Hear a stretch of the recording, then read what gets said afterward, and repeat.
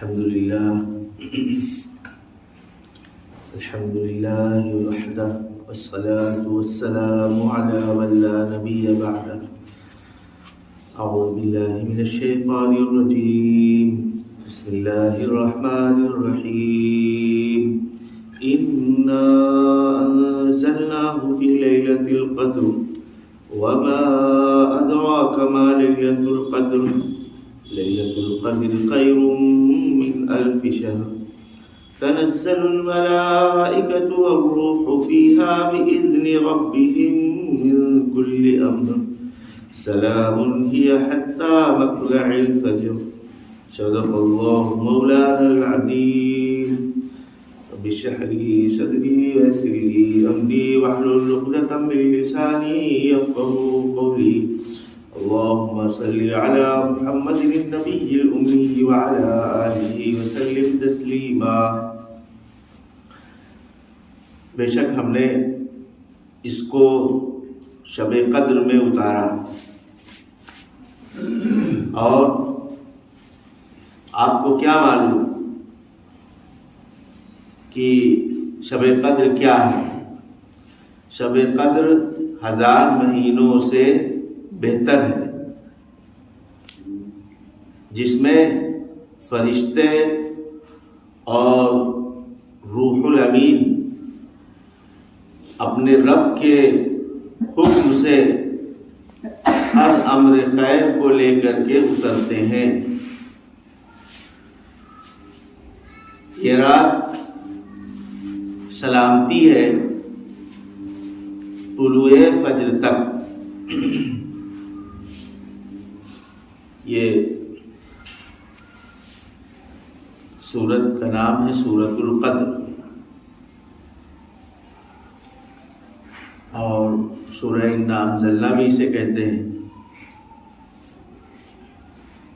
اس کے مکی اور مدنی ہونے کے بارے میں اختلاف ہے، لیکن اکثر علماء کی تحقیق یہی ہے کہ یہ مکی سورت ہے. اس میں 5 آیتیں ہیں،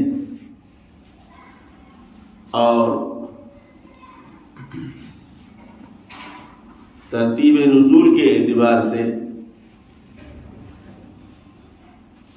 قرآن پاک کی جو موجودہ ترتیب ہے، اس ترتیب کے اعتبار سے تو 97 نمبر کی یہ صورت ہے. لیکن جو نزول کی ترتیب ہے، اترنے کی ترتیب، اس ترتیب کے اعتبار سے اس سے پہلے 20 صورتیں اتری ہیں اور 21ویں نمبر کی ہے. یہ سورہ قدر میں اور اس سے پہلے والی جو صورت ہے، دونوں میں ربط یہ ہے، تعلق یہ ہے کہ سورہ علق میں سورہ علق کے شروع کی جو 5 آیتیں غار حرا میں اتری تھی،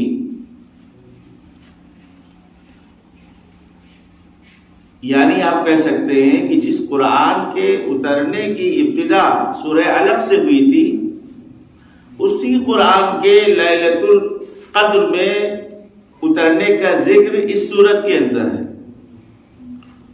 تو اس سورت میں چونکہ یہ بتلایا گیا ہے کہ پورا کا پورا قرآن اور مکمل قرآن یہ عرش آدم سے دنیا کے آسمان کے اوپر شب قدر میں اترا، اور پھر شب قدر سے پھر دنیا کے آسمان سے امام الانبیاء حضرت محمد مصطفیٰ صلی اللہ علیہ وسلم کے اوپر 23 سالہ زمانہ نبوت میں موقع بموقع جب جیسی ضرورت ہوئی، جب جیسے حالات ہوئے، اترتا رہا. اور جب کوئی آیت اترتی تو آپ صلی اللہ علیہ وسلم اس کو نوٹ فرما، صحابہ سے کہتے اس کو لکھ لو اور یہ فلاں سورت کا حصہ ہے، اس کو فلاں سورت کے ساتھ میں جوڑ لو۔ یعنی جو قرآن جس کے نزول کی ابتدا کا تذکرہ، جس کے نزول کی ابتدا سورہ علق میں ہوئی تھی، اسی قرآن کریم کے سلسلے میں یہ بتلایا گیا کہ یہ ایک بارگی ساتویں آسمان سے یا عرش الہی سے دنیا کے آسمان کے اوپر شب قدر میں اتارا گیا۔ تو یہ دونوں صورتوں میں یہ ایک ربط ہوا، اس لیے سورہ اسراء کے بعد میں سورہ قدر کو لکھا گیا ہے۔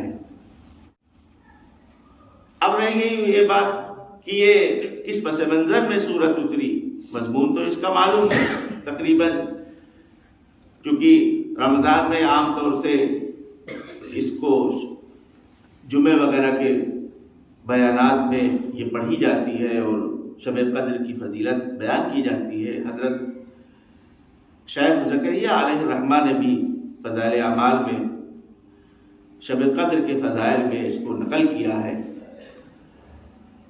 اس لیے مضمون تو اس کا تقریباً ہم سب کی نظروں سے گزر چکا ہے، لیکن پس منظر کیا ہے، شان نزول کیا ہے۔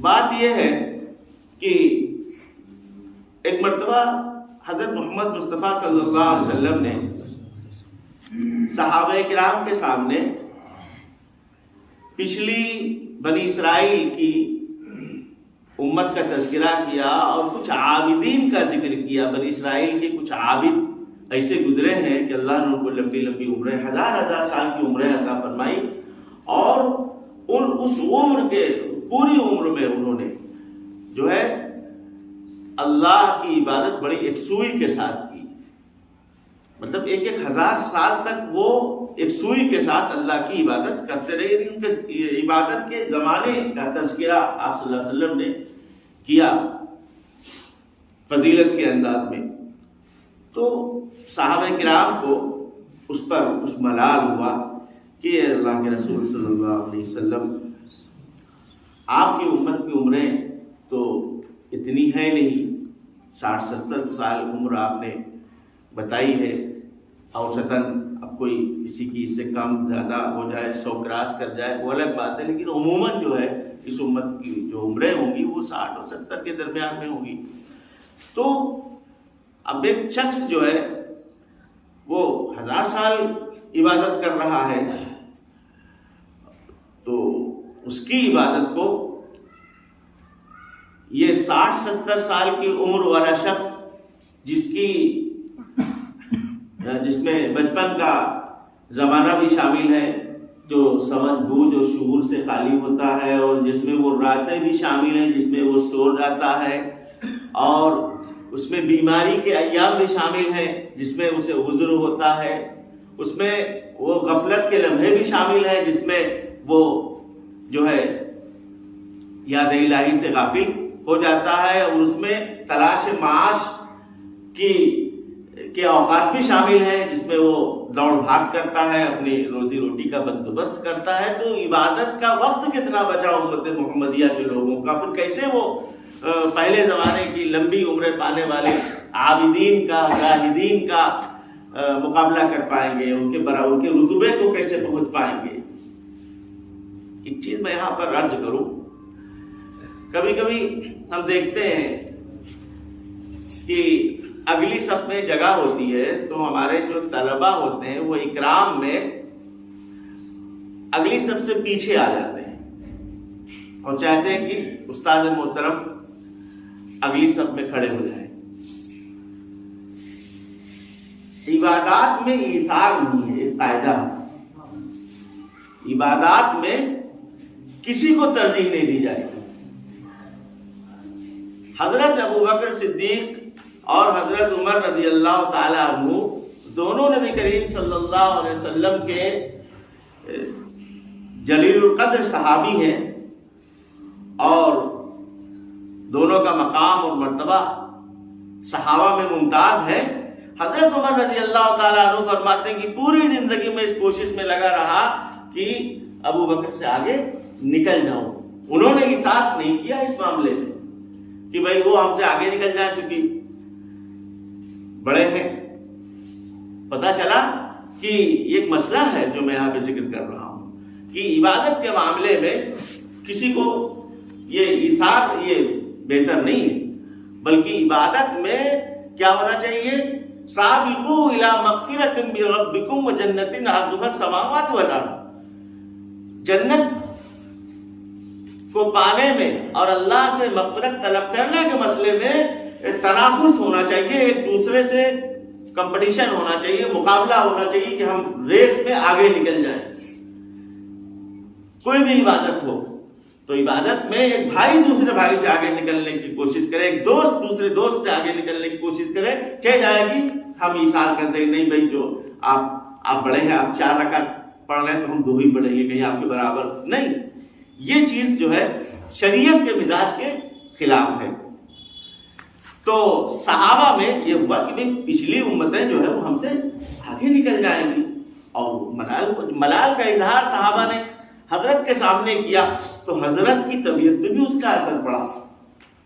اللہ تبارک و تعالیٰ نے اس صورت کو نازل فرما کر کے یہ ثابت فرما دیا کہ ایک ایسی دولت ہم امت محمدیہ کو دے رہے ہیں جو دولت سابقہ امتوں کو نہیں ملی. بعض علماء کا خیال ہے کہ پچھلی امتوں کے انبیاء کو شب قدر والی دولت نصیب ہوئی تھی، لیکن امتوں کو نصیب نہیں ہوئی تھی. اگر اس قول کو مان بھی لیا جائے صحیح تو پھر انبیاء کی وہ خصوصیت تھی. اور یہ بات طے ہے، سارے علماء اس بات پر متفق ہیں مفسرین کی جو ہے یہ دولت صرف اور صرف امت محمدیہ کو اللہ تعالیٰ نے عطا فرمائی ہے کہ وہ ایک رات اگر عبادت کر لے تو وہ ایک رات کی عبادت 1000 راتوں کی عبادت سے بڑھ جائے. اور پھر یہ بھی نہیں فرمایا کہ ایک رات کی عبادت 1000 راتوں کی عبادت کے برابر ہے، بلکہ خیر من الف شہر.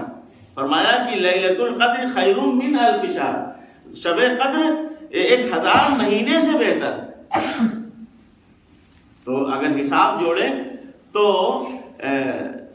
83 سال اور 4 مہینے تقریباً بنتے ہیں. اور عربی محاورے کے اعتبار سے اگر دیکھا جائے تو عربوں میں الف کا لفظ کثرت کو بیان کرنے کے لیے بھی استعمال ہوتا ہے. تو پھر اس کی کوئی انتہا نہیں ہوگی کہ جو ہے شب قدر جو ہے وہ خیر من الف شہر 1000 مہینوں سے بہتر ہے. یعنی اس کی کثرت کو بیان کرنے کے لیے ہے، یعنی شب قدر 1000 مہینوں سے بدرجہ بڑھی ہوئی ہے. یہ نعمت اللہ تعالیٰ نے حضرت امام الانبیاء کی برکت سے ہم کو اور آپ کو عطا فرمائی. اب ایک سوال ہمارے آپ کے ذہن میں آ رہا ہوگا کہ یہ معلوم ہو جاتا کہ شب قدر کب ہے. اب تو رجب کا مہینہ شروع ہو گیا ہے اور تقریباً آدھے کے قریب ہو رہا ہے، اور رجب کی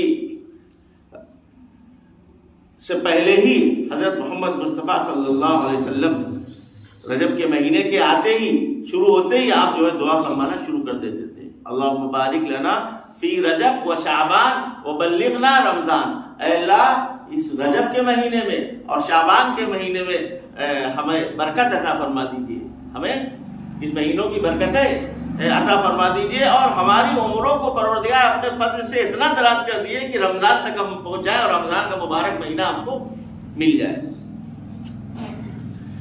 تو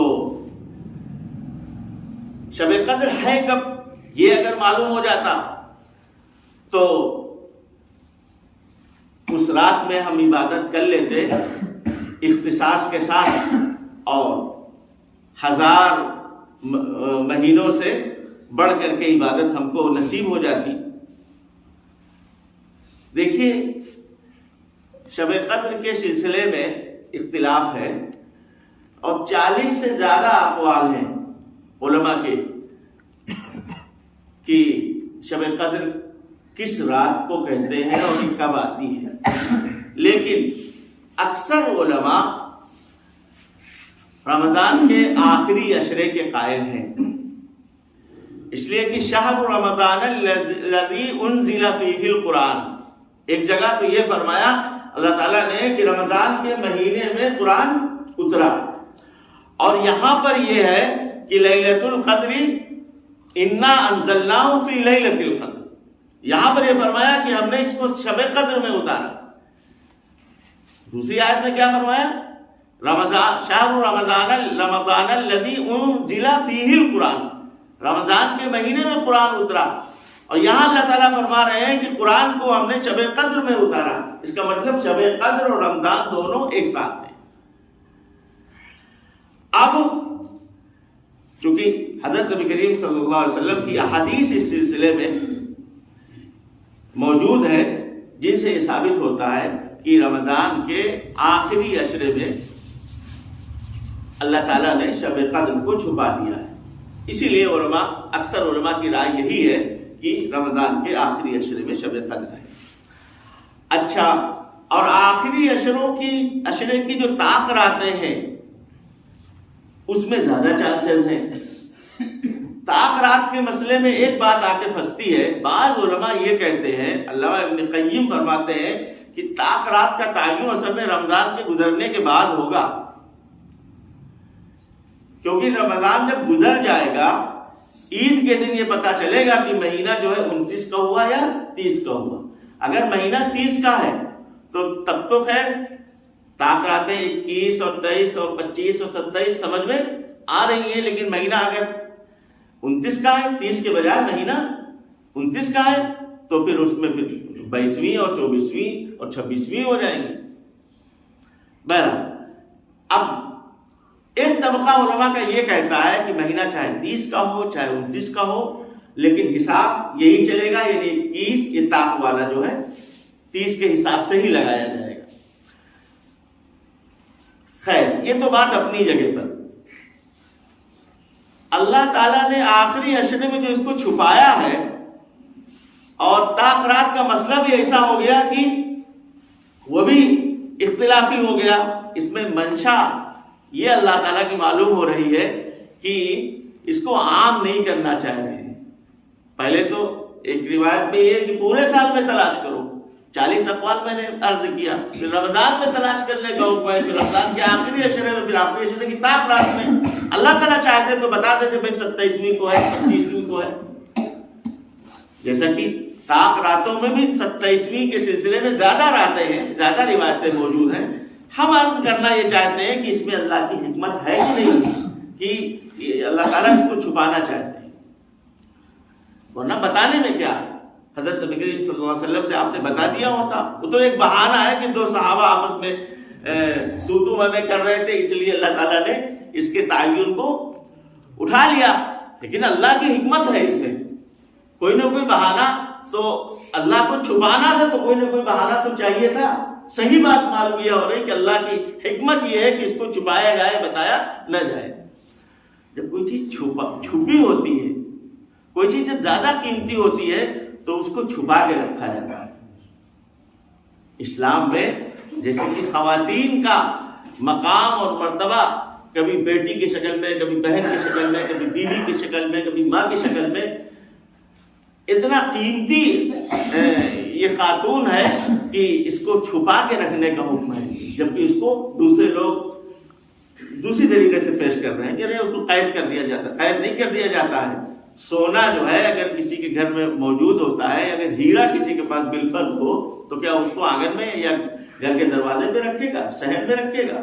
نہیں، بلکہ سونے کو ہم کیا کرتے ہیں کہ گھر کے جو سب سے محفوظ کمرہ ہوتا ہے اس میں سیف کے اندر، پھر سیف کے لاکر میں، پھر لاکر کے اندر بھی جو ایک باکس ہوتا ہے اس کے اندر رکھا جاتا ہے۔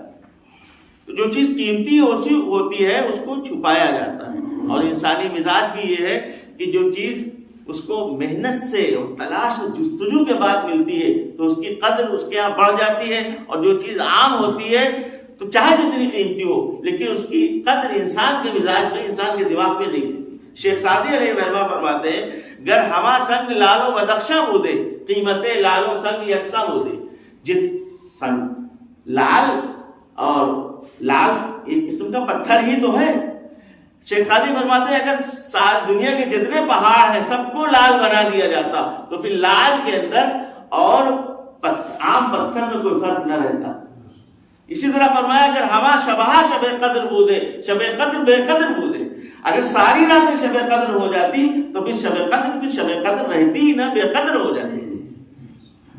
ایک بات اور سمجھ میں آ رہی ہے حکمت کی کہ شب قدر جو ہم نے عرض کیا تھا کہ جو دن جتنا زیادہ اہمیت رکھتا ہے، جو وقت جتنا زیادہ قیمتی ہوتا ہے، جو جگہ جتنی زیادہ قیمتی ہوتی ہے، اسی اعتبار سے اس وقت میں اور اس جگہ میں گناہ کرنا بھی تو برا ہوتا ہے. گناہ کی برائی بڑھ جاتی ہے. ہم نے مثال دی تھی کہ بازار میں کوئی گناہ کرے اور مسجد میں گناہ کرے تو دونوں گناہوں کی ایویلویشن میں فرق ہو جائے گا، اور وہی گناہ اگر خانہ کعبہ میں کرے تو اس کا شر مزید بڑھ جائے گا. اسی طریقے سے شب قدر کا تعین اگر ہو جاتا اور ہم جیسے نالائق غافل لوگ اگر اس رات میں کہیں گناہ کرتے تو پھر کیا حال ہوتا. جان جانے کے بعد، علم ہو جانے کے بعد پھر بھی اس کی قدر نہ ہو پاتی. اور آج کل ہم لوگوں سے بھائی یہی امید ہے کہ رمضان کی راتیں کس طرح گزارتے ہیں ہمارے نوجوان. شب قدر کے سلسلے میں آگے مضمون آ رہا ہے کہ تنزل الملائکۃ والروح فیہا باذن ربہم من کل امر. اتنی عظمت والی رات ہے کہ سورج ڈوبتے ہی، ایسا نہیں ہے کہ ایک گھڑی ہے بس خالی، بس اس گھڑی میں جس نے اللہ کو پکار لیا تو اللہ نے اس کو قبول کر لیا، نہیں، بلکہ سورج غروب ہونے سے لے کر کے صبح صادق تک، یہ حتیٰ مطلع الفجر، فجر سے مراد صبح صادق تک یہ رات رہتی ہے. غروب سے لے کر کے صبح صادق تک یہ اس کی فضیلت برابر رہتی ہے. پوری رات یہ فضیلت والی ہے. اب اس رات میں حضرت جبریل عرش کے فرشتوں کو اپنے ساتھ لے کر کے آتے ہیں، اور حکم یہ ہوتا ہے کہ حضرت جبریل فرشتوں سے کہتے ہیں کہ تم پھیل جاؤ بستیوں میں، آبادیوں میں، اور جہاں بھی ایمان والا ہے، جس گھر میں، جس جگہ، وہاں جا کر کے دعائے خیر کو، مغفرت کی دعا، خیر اور برکت کی دعائیں فرشتے آ کر کے شب قدر میں کرتے ہیں ہمارے لیے، اور ہماری دعاؤں پر آمین کہتے ہیں.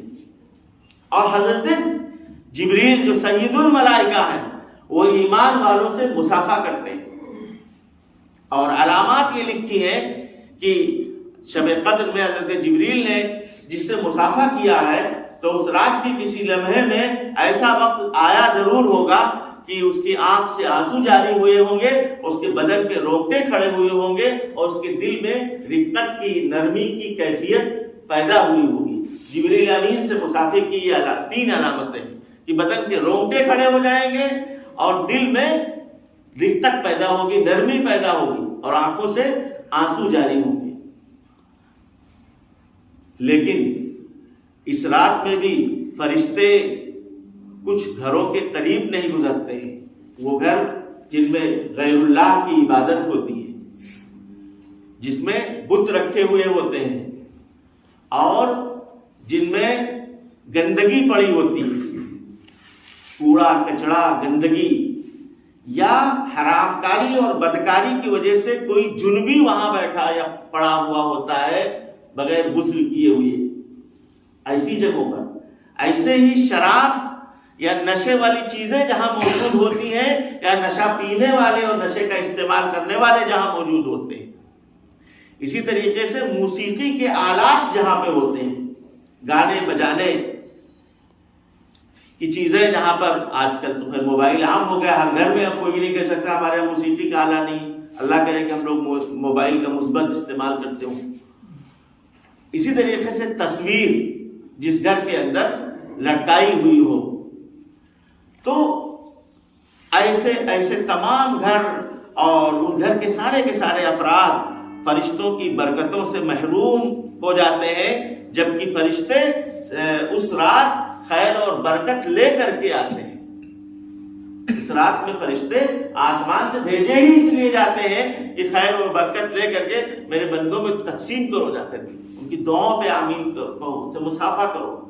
لیکن یہ کچھ گناہ ایسے ہیں جن کی بنیاد پر فرشتوں کی دعاؤں سے، ان کے آمین سے ہم محروم ہو جاتے ہیں۔ اللہ تعالیٰ ہم سب کو عمل کرنے کی توفیق نصیب فرمائے۔